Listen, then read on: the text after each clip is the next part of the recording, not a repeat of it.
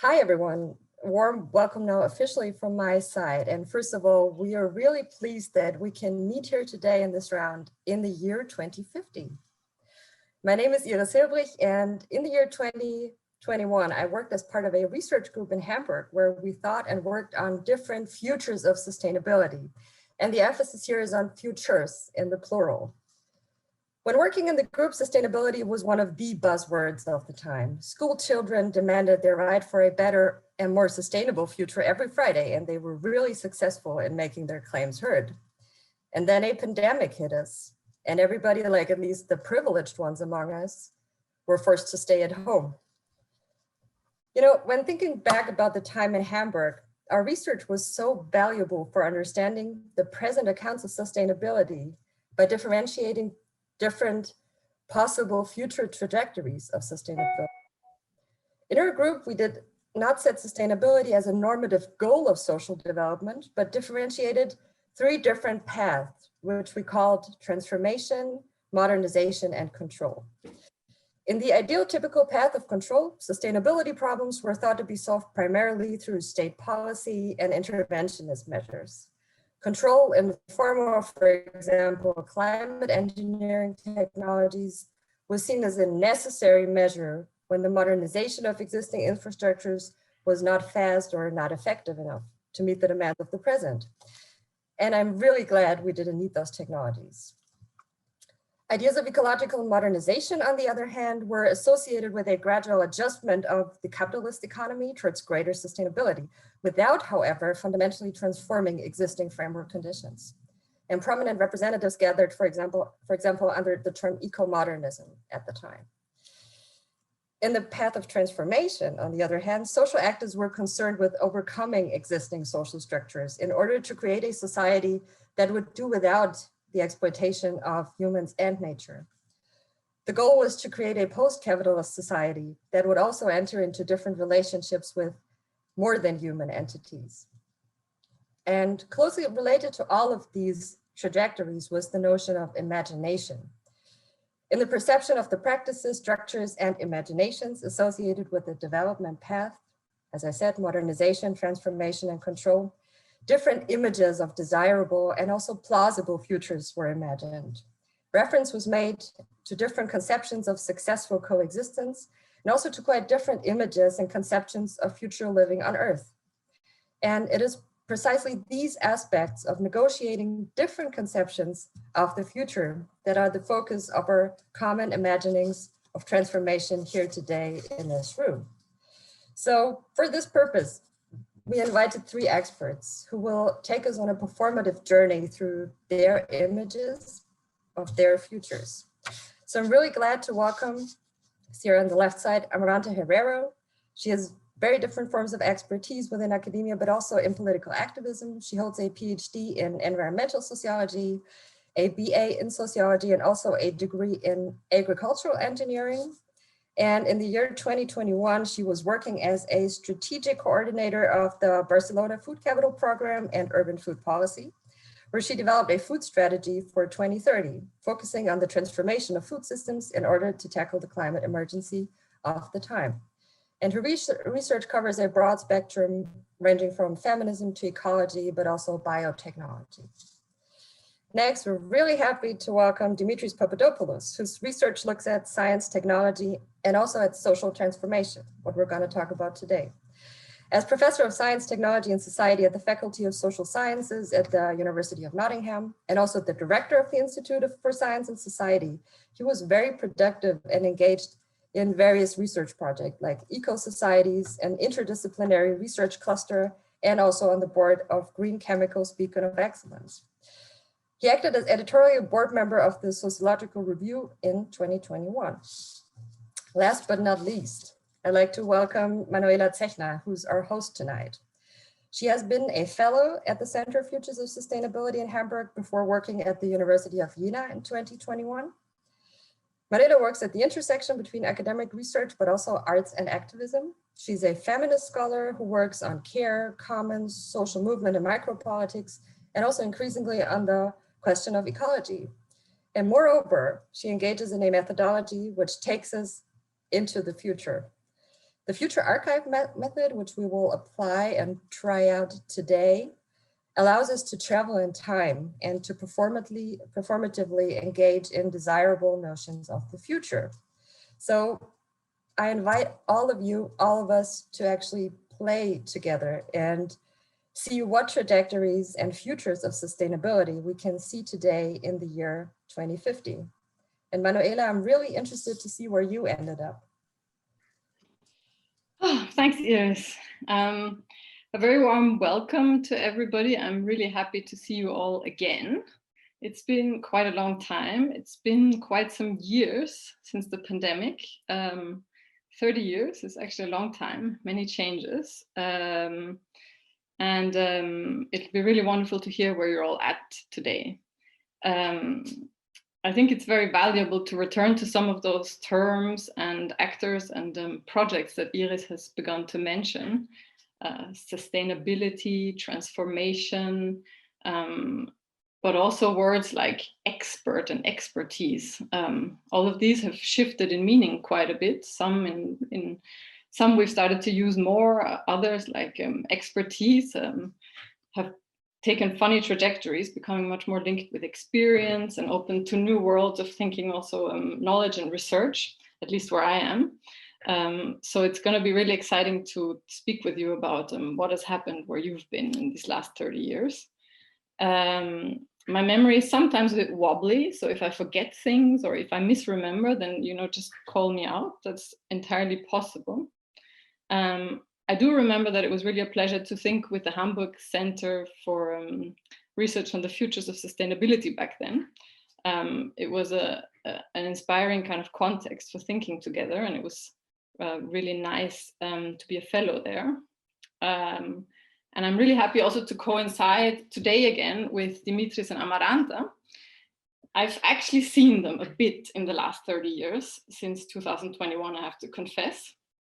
I'm very happy of that, but sometimes we don't get enough time to actually have those kinds of conversations that we will have today, to look back and remember and reflect. Dimitris and Amaranta have been fellow travelers over those years, and I've especially appreciated their teachings at the School of the Three Ecologies that we have set up with such hard and loving work over those last years. It's been a real pleasure that they have engaged so wonderfully in this kind of self-organized education and kind of habitation project that we set up. We can talk about it more later, but for those of you that don't know, we're a school at what would have used to be considered the border between some nation states, Austria and Slovenia in this case. Of course, these kind of imaginaries of nation states as the main territorial imaginary have shifted quite a bit today.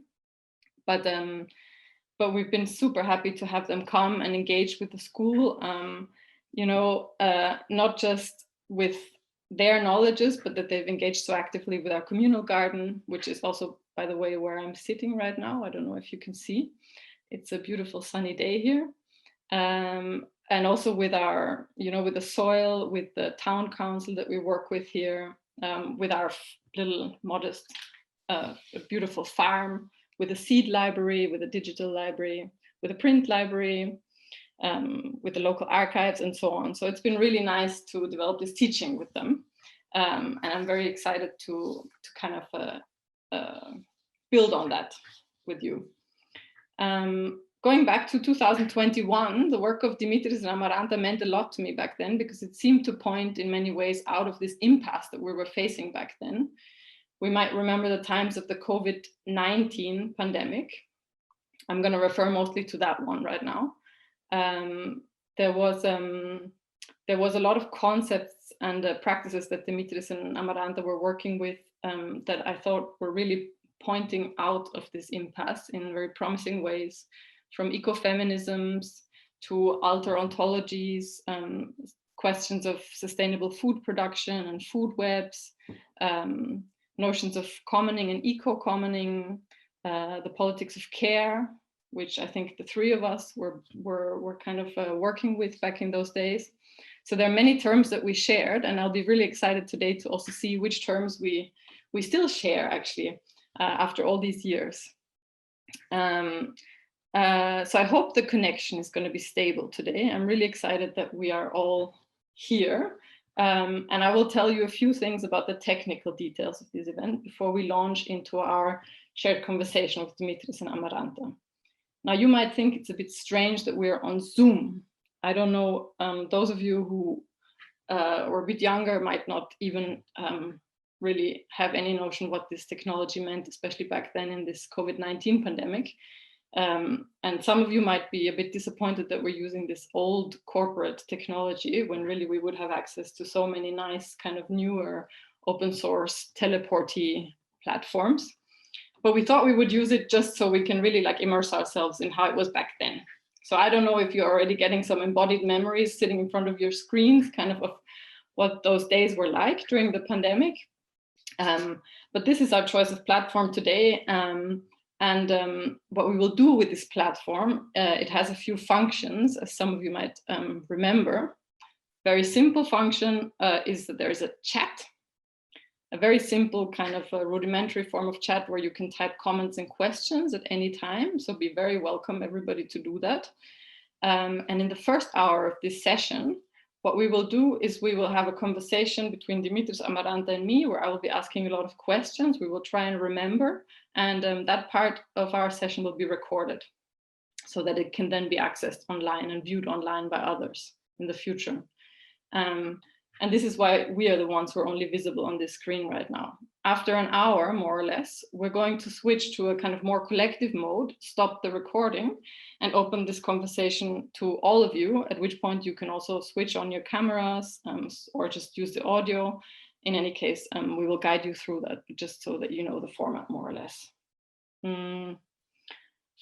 That's it more or less for the format today. Yeah, and we gave this event the title Imaginaries of Transformation because we really would like to also kind of go into the question of how was it, to try and remember how was it that we imagined change and transformation back then. And that's a memory that I think is kind of brings with it a lot of concepts and theories and events, but it's also, I think it brings a lot of embodied sensations and feelings too. And I think it'd be interesting also to speak about those today with you. And if I may, I would begin this conversation by asking Dimitris a question or two. So first of all, a very warm welcome. It's really nice to see you, Dimitris. And I'm really looking forward to hearing where you're connecting from with us today, because I'm not actually that aware how you are doing, how things are where you are. And I was thinking of asking you as a way to start this conversation, just what does it mean for you, or how does it feel to even remember those days of the COVID-19 pandemic?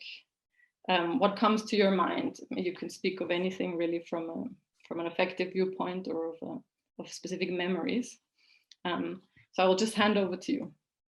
Thank you so much. It's really a great pleasure to be here. And it's really a great pleasure to be able to talk again about this period, which we had so many investments and thinking of so many possibilities, but also of all the impasses and difficulties that we were experiencing. And it's a pleasure to be able to reflect together about all these common pathways and all these common developments, and some nicer and less than nice events that happened since then for all of us. I have to say, I found it very difficult to go back to 2020 or 2021 and remember exactly what happened, because it's a very it's a moment where we are in a very different phase. And when I'm looking back, I found it very difficult, because this was a period which was very, how to say, murky, unclear, trube. in German, something that it's very difficult to see through and find your way, and that's the primarily feeling that I have when I was thinking about this period. So what I try to do is to come to our common library of a project that we have, and I'm in the basement of the library now, and in order to find some images. So I have some images from this period that I'd like to show you. There are quite a few of them, and I didn't have enough time to select the images that I would like to show you. So I'll go through some of them, and then I may come back later as the discussion progresses. I'm not sure. I didn't have time to but I was actually quite surprised to find all these images and remember the period of 2020 and the 20s. And I think COVID played an important role in making many of the possibilities and choices that we had back then, but also the I don't know, the realization that we had that there cannot be anything else than a failure in terms of our politics of ecological change. And COVID pronounced many of these aspects, both some of the possibilities and some of the potentials that we thought that we have to engage with, but also the sense of potential failure. And if I recollect, the sense of 2021 is a sense of realization that it's no longer possible to win this battle, which would be a battle for restoring a sense of ecological balance, or for winning the battle of repairing ecology, so the battle of ecological reparation. And I remember back then, one of the projects that I had was a project which was called ecological reparation. And as part of this project was creating a channel, a public channel, with an interviewing and investigating and looking at people's projects that attempting to contribute somehow to the idea of ecological reparation. And now, looking back then, I thought that we still didn't have the sense that this was not possible, and we needed to develop some other more radical and less radical, in a certain sense, less radical because ecological reparation would be a truly radical alternative to the conditions which we are now, or we were back then also, but less, but more radical or less radical in the sense that we need to find some ways of making our lives that go beyond the idea of repairing ecologies and creating new alternative ecologies. So, and that's possibly what's happening. And as far as I know, that's what's happening with you, and also in the space where Amaranta is. So we created small niches of alternative ecologies in order to survive a deteriorating situation, while back then we were living still in the imaginary of, let's say, of the left, which was the imaginary, if we don't want the next battle, we will win the one after the next. But eventually we will win. Historically, something will happen, and politically there will be a solution. That we will make some progress. We'll move to a new situation. And looking back then, I think that this was an illusion, because this couldn't happen and didn't happen. And although we had all the signs, the illusion was an illusion that we were very deeply part of it. So I was looking at these photographs, and which I'm going to share now with you.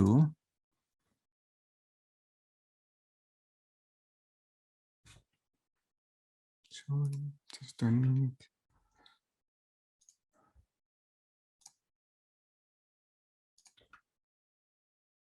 So I was looking at these photographs, and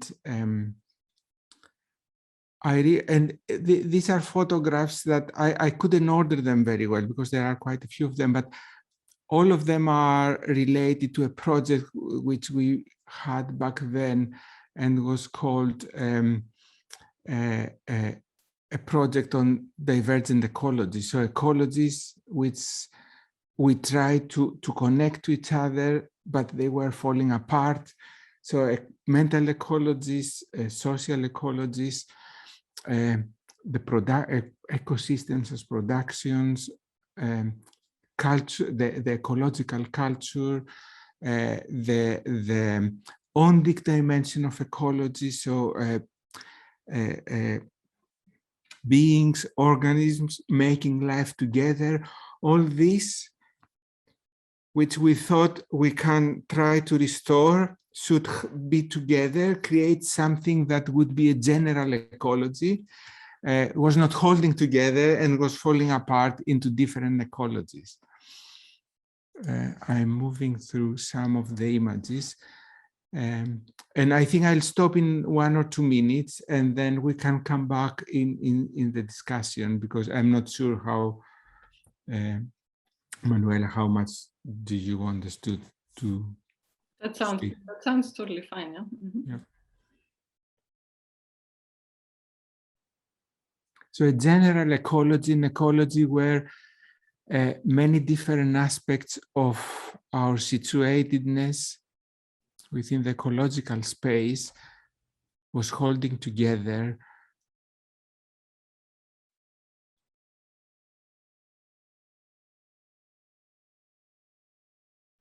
Care for ecology,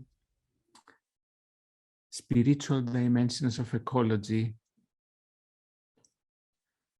creating an ecological alternatives, all these seem not to be possible.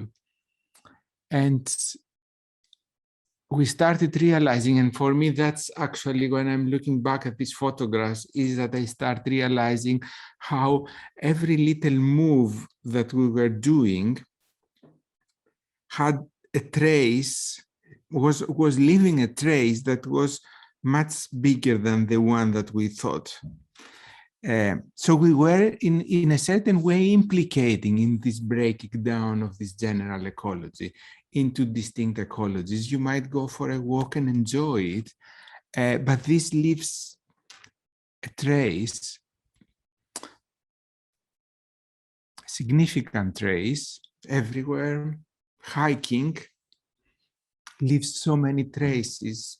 I think this photograph shows that, shows that in a magnificent way. These are the traces that hiking leave behind.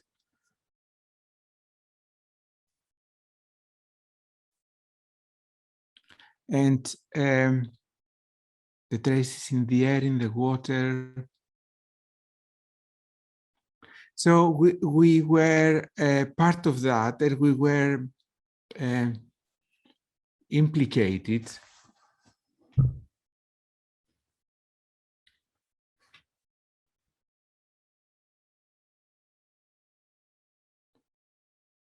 In whichever way we created our lives, the alternatives and the dominant were implicated to such an extent that there was not a possibility for creating a sense of a general ecology, and for creating then, based on that, a sense of and a program and a pathway for sustainability.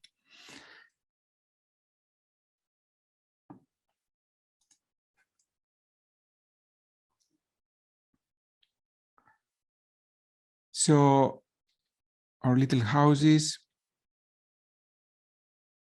streets,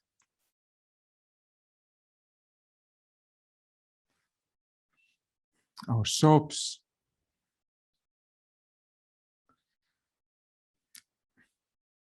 the expansion of cities into the rural and the reduction of the rural, the transformation of the urban, of the rural to the urban,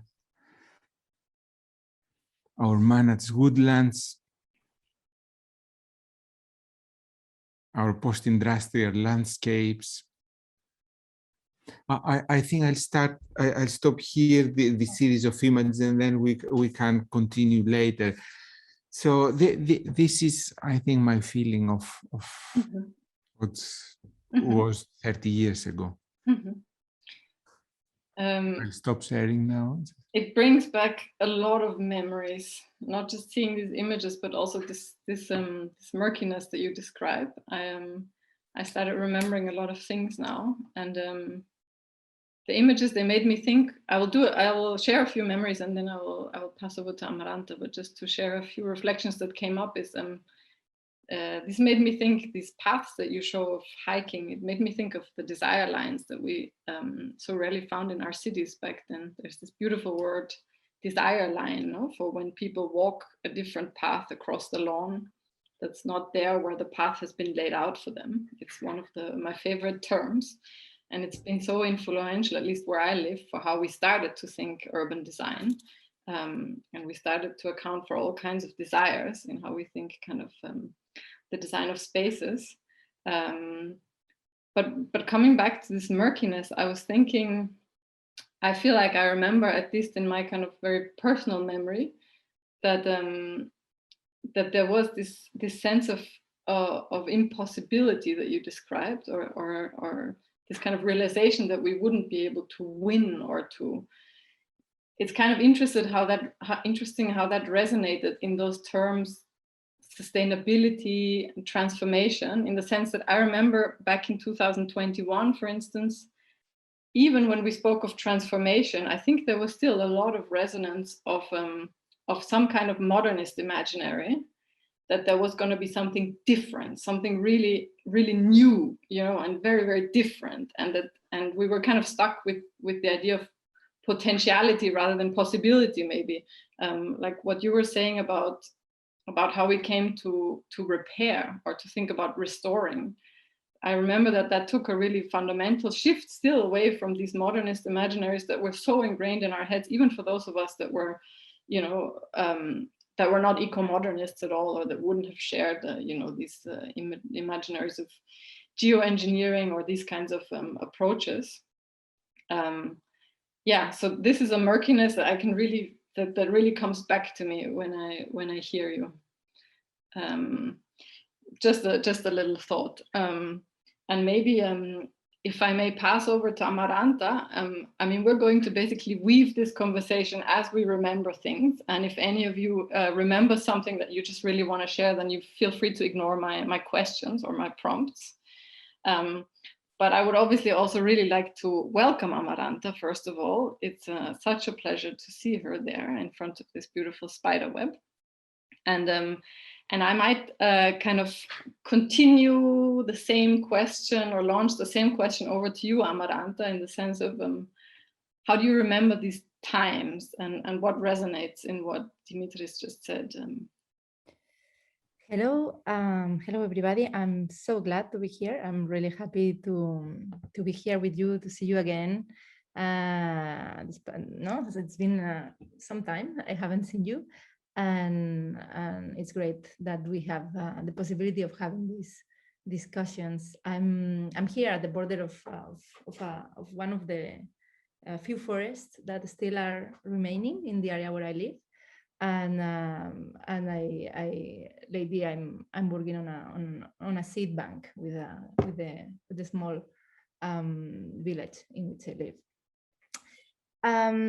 For me, those days, and I mean, for me, those were tough days. You know, when I try to remember 30 years, I mean, it's been tough. All, you know, like the last decades have been quite a journey, I would say.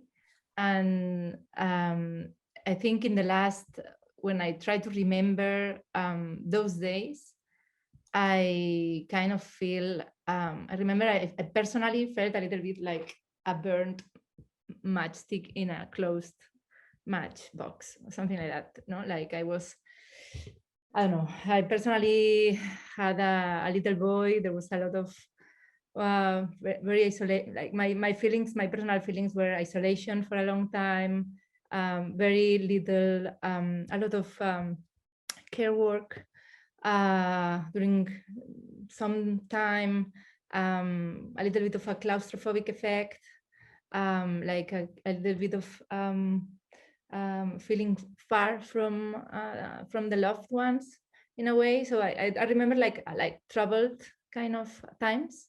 And also, as Dimitri was saying, I also remember the fog, no, like, okay, what, no, a great amount of uncertainty that that for a long time and that was surrounding us, and it continued to be with us for a long time, and to some certain extent, it's also with us nowadays. No, this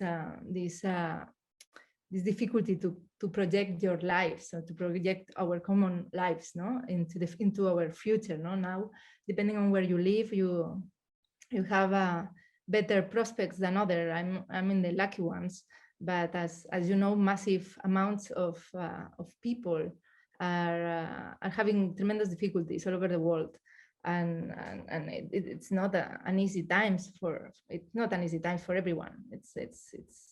It depends on where you are and what are your specific conditions, I would say. For me, in those times, I was I was doing a very curious job. I had been part of the academy for many years, like practically all my labor life. My working life was being part of university or research or centers, or like doing this type of activities. And just before the pandemic hits, I took this job as a strategic coordinator of a project that was called Barcelona Sustainable Food Capital 2021. And that was a project orchestrated by the Barcelona City Council that aimed to locate the topic of food and sustainable food policies at the center of the social and the political agenda. And that was quite relevant because food is one of these areas in which cities have been a little bit absent of in terms of governing this area, of considering as important as housing or as important as mobility in cities. No, it's true that they didn't have the power, the competencies to actually, like change the rules of the game regarding, for instance, production. And so, but there was like many cities back then. I mean, now it's pretty different, but back then, like many cities were trying to push for the transformation of their food systems to some extent, and Barcelona had been doing had been pushing for this during this year. So when the pandemic hit, and I remember very clearly, I was in the middle of this kind of enormous project, transversal to all areas of the town council, because food is such a fundamental and it's a socio-ecological item, entity that touches many dimensions of social life, from health to economies to ecologies to culture. So we were trying to articulate a transformation from using food as a tool, as a key to unlock profound changes in society.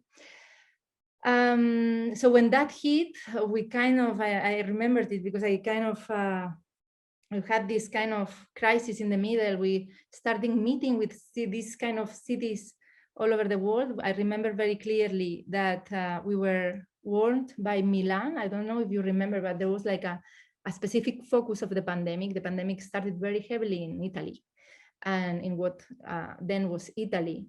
And we were kind of warned of how the things were going in the city of Milan. So because they were kind of ahead in time on how the pandemic was going to develop, so we could take precautions, in terms of all the disruption to the global food systems, to what extent food was going to be disrupted with the pandemics, to what extent the food poverty was going to be increased and who was going to hit the most vulnerable of the cities. To some extent, the beginning of what it became a big economic crisis afterwards. So I remember it a little bit in those terms. Also because we were working towards our strategy in those days was to, we were hosting the 7th Global Forum of the Milan Urban Food Policy Pact. And that was going to be few days just before the COP26, the climate COP26 in Glasgow.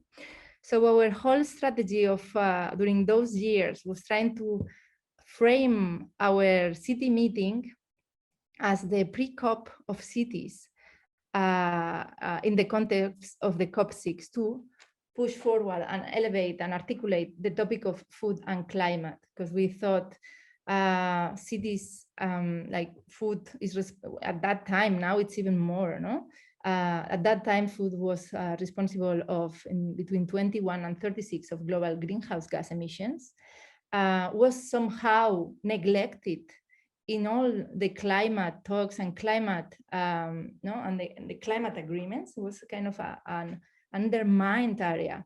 And we thought cities had a key role to play, since more than 70% of food at that time was consumed, that was produced worldwide, was consumed in cities.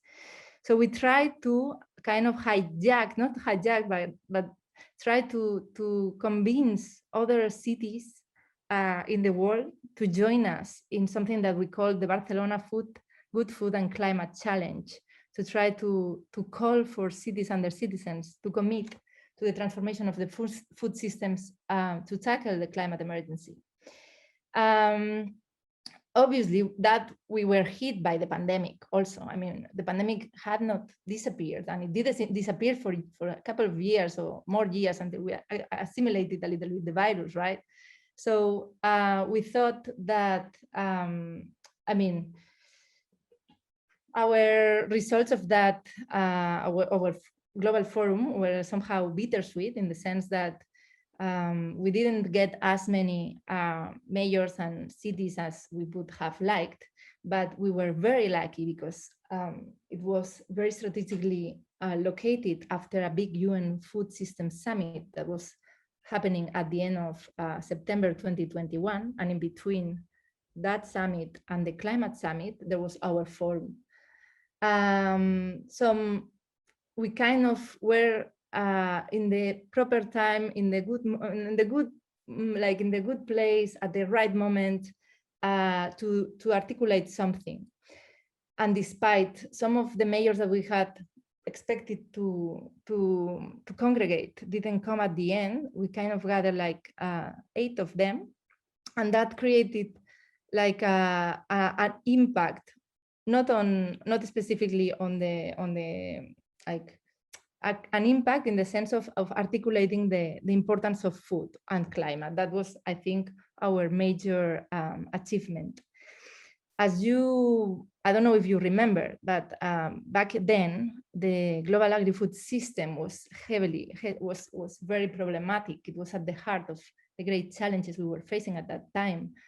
And it was a great industrial complex, characterized by great doses of toxicity, a productivist gaze and productivist drive. It was a globalized food system, deeply based on fossil fuels, and that was sickening people worldwide at the very end of the day. In terms of, it was killing a lot of people. So, and at that time, like I remember those proposals of, I remember the proposals of how the same industrial complex was trying to project itself into the future. by using this proposal. This like now sounds crazy and obviously idiot. This kind of proposals for digitalization and agriculture. I think it was 4.0 agriculture plans, in which basically it meant to use big data and to replace the figure of farmers by the figure of technoscientists. That so to plastify, I remember projects that consisted of plastifying some fields, to control all the different variables that could affect a crop, to do it all aside of soils, so agroponics, so not like neglect soils, forget about any sort of soil issue, and then make sure that no insect, no plague, no living being would, a part of the crop, would make sure that would enter those crops, no? So this kind of really, when you think about it from our current situation, in which we're grateful for the web of living beings that enable us to live. That's kind of crazy, but at that moment there were massive amounts of money going into there. And what now is existing in many of the villages, that the small size villages, or the cities, that the polis, that are still functioning and guided by this, guided by an ecological form of governance. Yeah, I mean, that sounded pretty crazy at that time. Yeah, sometimes I still have nightmares about these things, even though it's been many years, but it's really the stuff of nightmares in a lot of ways, no? There are so many things that I would like to ask now, and I'll just maybe flag a few, and then see also how Dimitris wants to continue kind of plugging into some of the issues that you mentioned. But it's really interesting to remember those stratifications that existed back then, no, of like rural and urban, how that was kind of played out. And eventually I would like to ask you more about this, but also between the city and the state, no? I mean, there was a lot of stratifications, and you mentioning all these names of summits and intergovernmental bodies and kind of translocal kind of super bodies.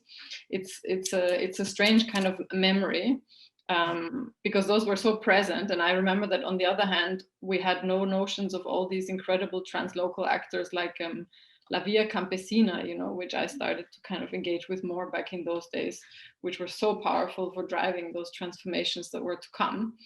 But nobody knew of those, and yet those big summits were really where the decision making was still happening at a grand scale. What you were saying about fossil fuel driven agriculture and kind of agribusiness, it makes me think of something. If I remember correctly, Dimitris back in those days was starting to work on chemistry actually, and the elements, I think, in a way that kind of that was quite kind of refreshing in relation to how we were used to thinking about chemistry. And of course, also you were mentioning technoscience. That's another big topic that we could discuss, right? The role of technoscience back then, and the many interesting ways in which that kind of shifted and was beginning to transform also in positive ways. I mean, I remember Dimitris would have been known as a science and technology scholar in some circles back then. I don't know if this is still what people call you these days, Dimitris.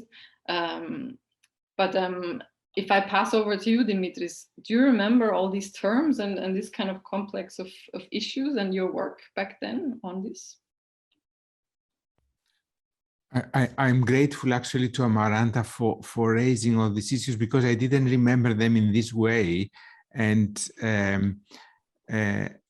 probably also because when I received your invitation to participate in this discussion, I try to think more on the affective aspect, or of not only the affective, the affective visual aspect. So that's why I try to develop, and it's great to have also a view of this period that describes how were things in terms of food, in terms of the impacts of production, in terms of the question of growth that was very dominant in the period then, and of course the question of technoscience, or science and technology, and how it is it affected in ambivalent ways what happens then and since then until now. There are some images actually that very much connect to that. I'll share again my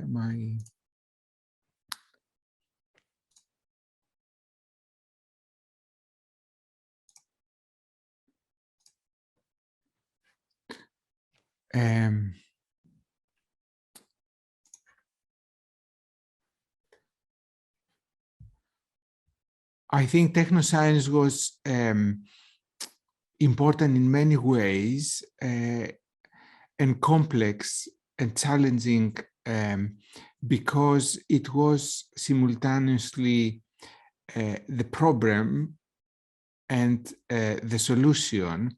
So many people back then were thinking that through it would be through technoscience that we would find a way to develop alternatives. And I have to say, I believed also to those people.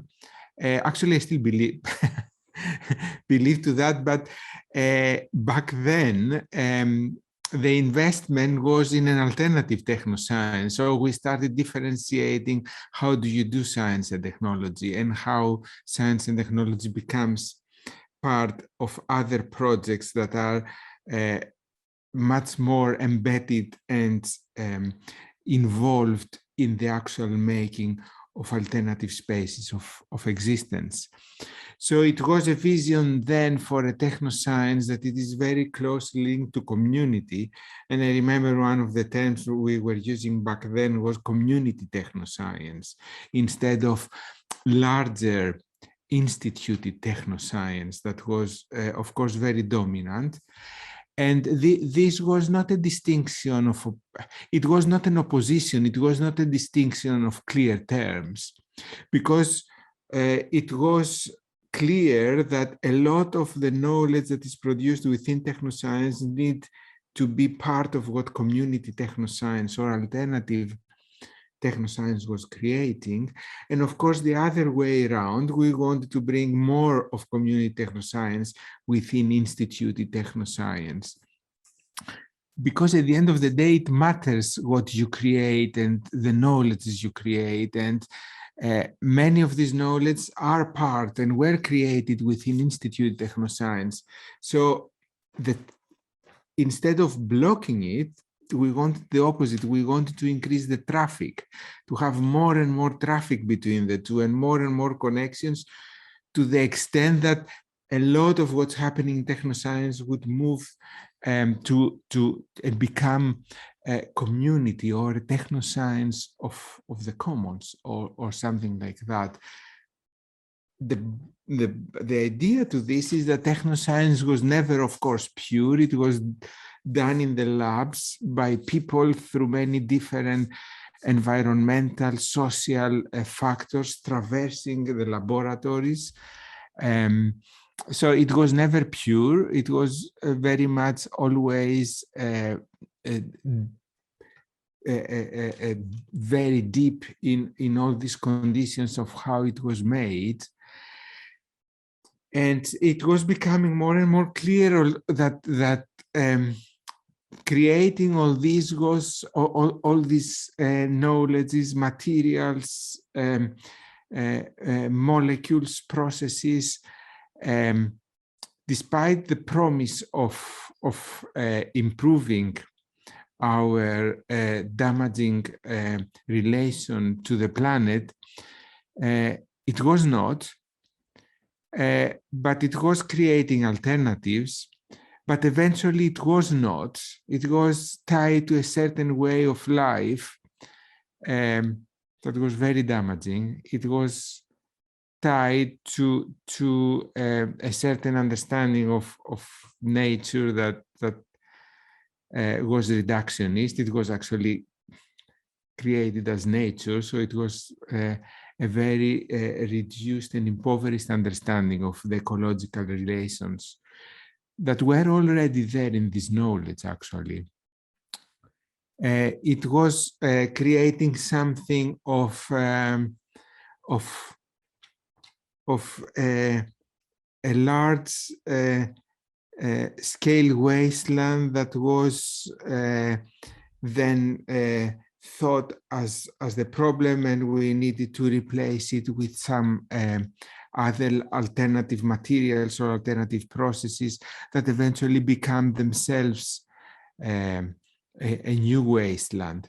So technoscience had this impact, and it was an impact that it was very much connected, and that's where I think what Amaranta says is very much related to technoscience. It was very much connected to our production systems, to our systems of life, to the social relations that were part of the system of productions, the exploitation, the poverty of humans and non-humans in these conditions. The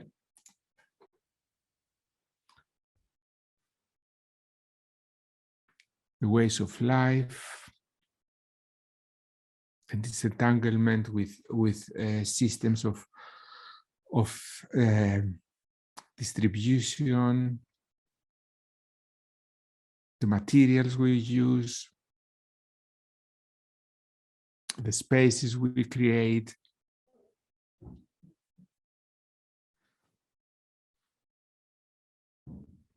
the soils that we deplete. So it was to a large extent, I think, a moment of realization that we needed to open technoscience in alternative ways.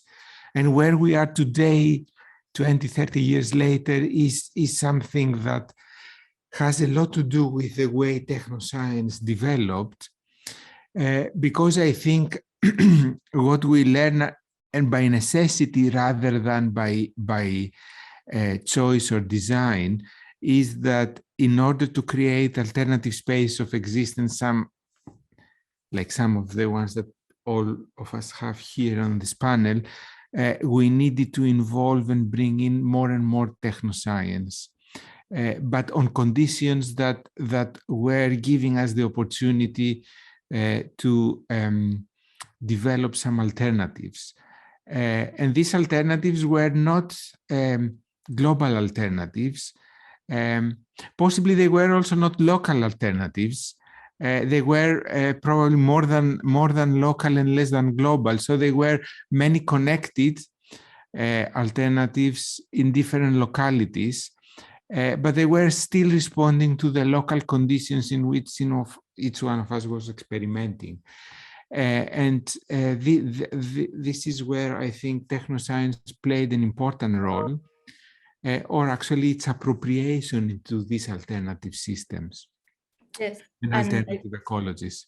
If I may, I think I totally agree. And I think the end of, I mean, for me, one of the moments, no, that period of time that shifted a little bit the smell of technoscience, of dominant technoscience, knows all what meant the resource crisis and the end of cheap oil and the start of this period in which oil became increasingly more and more scarce and as not as available as it used to be. And that forced, for instance, in the term of food, which is what I know, for me that was reflected with the emergence, obviously, in those city states or the town states that emerged at that time, of all the agroecology councils that were created in the different settlements. And I think in those settlements, there was a lot of knowledge and praxis that was kind of recovered and reproduced, in the local specific context. I link what you said with that, but that kind of thing that happened later. Yeah.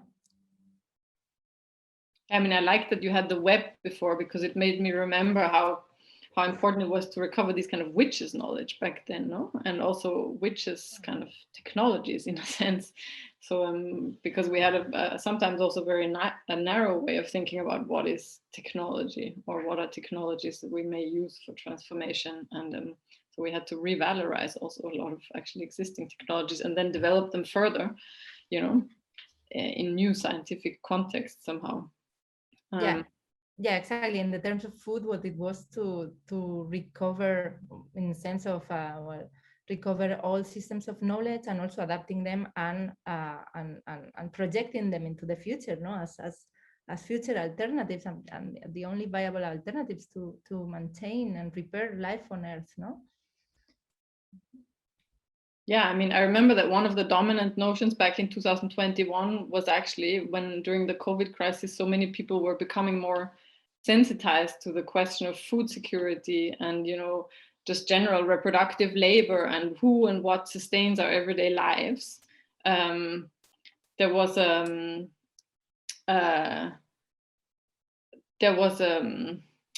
for instance, a farmer from La Via Campesina who was saying, she remembers how back in the days of the lockdowns, the first lockdowns, now I'm talking about the COVID-19 pandemic, but similar things happened with the ones that followed later on in the decades afterwards, how people were suddenly becoming, like seeing her as a farmer in the field, because she felt she was always invisible, but people were going for their walks from their home office and they would greet her. And there was like a sense of appreciation. So there was also a shift, I think. I remember this was discussed a lot within these kind of, spheres of reproductive labor, both like struggles around care work, where you would have new kind of awareness of migrant care labor and how important that was when suddenly the borders were closed, for instance, with COVID. But also agricultural work, which was also very much migrant labor that was happening under crazy bad conditions back then. Yeah. But there was a new sensibility that was emerging somehow. I guess depending on where one lives, there might be different opinions about whether that was already the moment where a kind of shift in subjectivity was really happening in a powerful way, or whether it was only afterwards that started to emerge more. But I remember that in this shock of COVID-19, a lot of things happened to us also effectively somehow, a feeling of becoming vulnerable and maybe more receptive to those ways in which we depended on various kind of people across the world. And there was something else that I wanted to say, but now it escaped me. I agree with the thing I think the COVID-19 pandemics made us more aware of our multiple vulnerabilities, individual, but also social vulnerabilities. And also it may, for me, it's true that for a while, everybody, I remember like a moment in which everybody was thinking, wow, this will change the world. And it was not quite there, It took like some decades, to actually see a real shift in kind of a paradigm shift. But I do think that COVID was one of those moments in which it helped accelerate this kind of paradigm shift that we needed, and in terms of making us more aware of the interdependence and interconnectivity of humans with the rest of nature. And for me, that like in the decades after, you know, like it evolved, obviously, as long as the time was going, things were going worse and worse in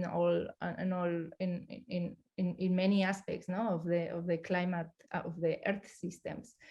But for me, I do remember this campaign, like in the 30s, I think, that was that had this meme, no, this sentence that was saying like, who will kill the last living being? And that kind of catalyzed like a kind of a general awareness about the extinction crisis we were also facing at that time, no? And in a way, I think that led to this emergence of to actually institutionalize the concept, the legal concept of ecocide, and the recognitions of rights to nature, like that happened 15 years ago, and that helped, obviously. That happened with a million of other processes in parallel.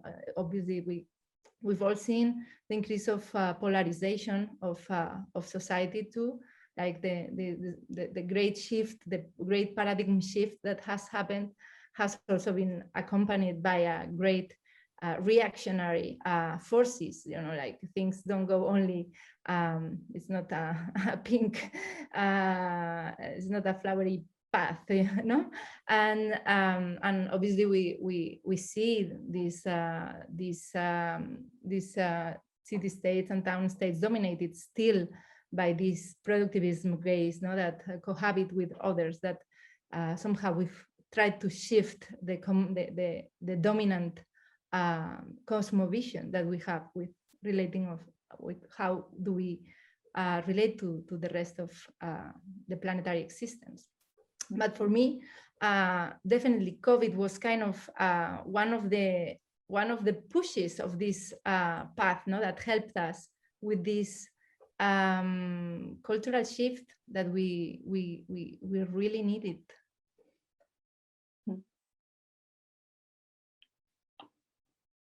Yeah, it's nice that you say cosmovision. It's nice to see the images, because it reminds me that it was a time where during these first lockdowns, but also afterwards, we entered into a different stage of dreaming also. And it was sometimes quite sort of hallucinogenic, the situations that were facing us, the isolation, and then being overwhelmed with images from, you know, the digital realm and so on. But I remember reading a beautiful book that was about by Carolina Meloni, who wrote about, it's called Dreams and Revolution. It was translated into English in 2023. It was originally written in Spanish, about the dreams she had during the first lockdown in COVID. And it's an incredible account of how that actually was a transformation of her subjectivity also, in the way she reckoned with a lot of things. But all this way of affective reckoning and so on, I remember that, I mean, I feel like only in some of the books that were published in 2026, 27, and all these different kind of, you know, podcasts and TV series that were made around that time, we really started to grasp what had actually happened and kind of make sense of it. I'm just looking at the time and seeing that we've been more or less speaking for an hour now. So if it's okay with the two of you, I would thank you very much for these questions so far, for these answers so far, and lead into the second part. Is we can invite everybody who is here to jump in and switch on their cameras if they like, or in any case, we will see them appear. It's like magic, because somebody is pulling the strings for